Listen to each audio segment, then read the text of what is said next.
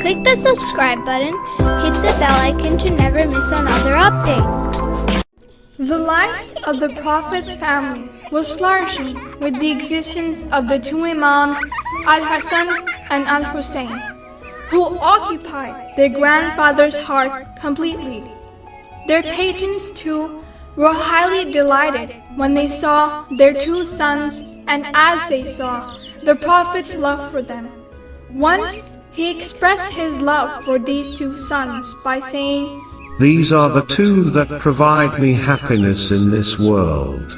In the midst of this delightful atmosphere, Lady Fatima al-Zahra expects another child.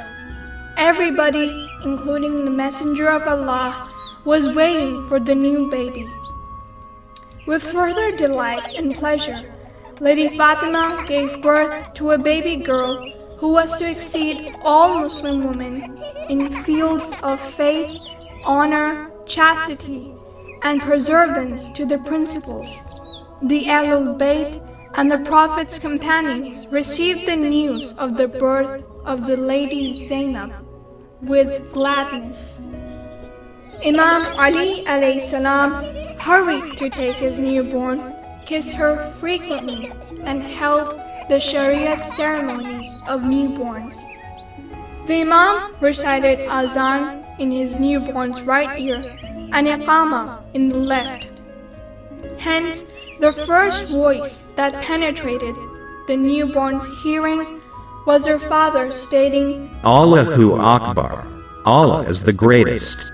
La ilaha illallah, there is no God but Allah." These great words found a strong ground in the inner self of Lady Zainab. They later on became the most significant elements of her personality. In the future, she would adopt the calling to the true application of these words, for which she would encounter horrible adversities. As soon as he was informed about the news of the giving birth of this newborn, the Prophet hurried to his daughter's house, embraced the newborn to his chest warmly, and began to weep. It was a surprise for the mother, Fatima al-Zahra, to see her father's tears drop on his face. "What are you weeping for, father?" she asked. "Fatima," said the father with sad tone, "you should know that this daughter would have to suffer horrible misfortunes and tragedies after your and my demise." At that time, the Prophet had perceived the horrifying hardships that would afflict this granddaughter. Naturally, Fatima al-Zahra participated in her father's grieving at this time. Then, when the close friend of the AhlulBayt, Salman, came to congratulate on the occasion, he found the household immersed in grief and unhappiness. Hence, he also participated in that ceremony of consolation. The Blessed Mother carried her newborn to the father and asked to choose a name for her. "I will not precede the Messenger of Allah in such a matter," answered the father modestly. He then took the newborn and asked him to choose a name for her. "I will not precede my Lord in such a matter," answered the Messenger of Allah modestly. From the heavens then ascended Archangel Jibreel to say to the Prophet, "This newborn's name is Zainab. Almighty Allah has chosen this name for her." Lady Zainab was brought up at the hands of Prophet Muhammad, Imam Ali, and Lady Fatima, the Veracious. In other words, she was brought up in the lap of the divine prophecy, spent her early life in the house of the divine mission, brought up by the most perfect woman of all ages, and was nourished at the hands of the commander of the faithful believers. Hence, she enjoyed a divine upbringing and spiritual education.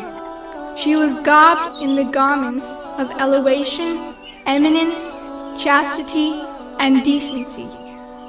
After the demise of Prophet Muhammad and his daughter Fatima, Imam Ali married Umama, who took care of Lady Zainab perfectly, since this lady was known for her piety and submission to the Lord. Lady Zainab, hence, was raised up with the most exalted colors of education, honor, dignity, mercy, and compassion. She learned many things that composed her perfect personality from the behaviors of her parents and brothers.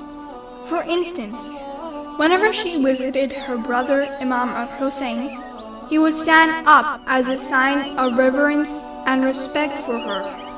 Whenever she wanted to visit the holy tomb of her grandfather, her father and 2 brothers used to accompany her. She was really the inheritor of Imam Ali's values, moralities, and ethics. To the scholars and narrators of hadith, Lady Zainab enjoyed a high position. They, therefore, used to refer to Imam Ali during the Umayyad regime, which had banned any mention of the Imam's name by saying father of Zainab reported.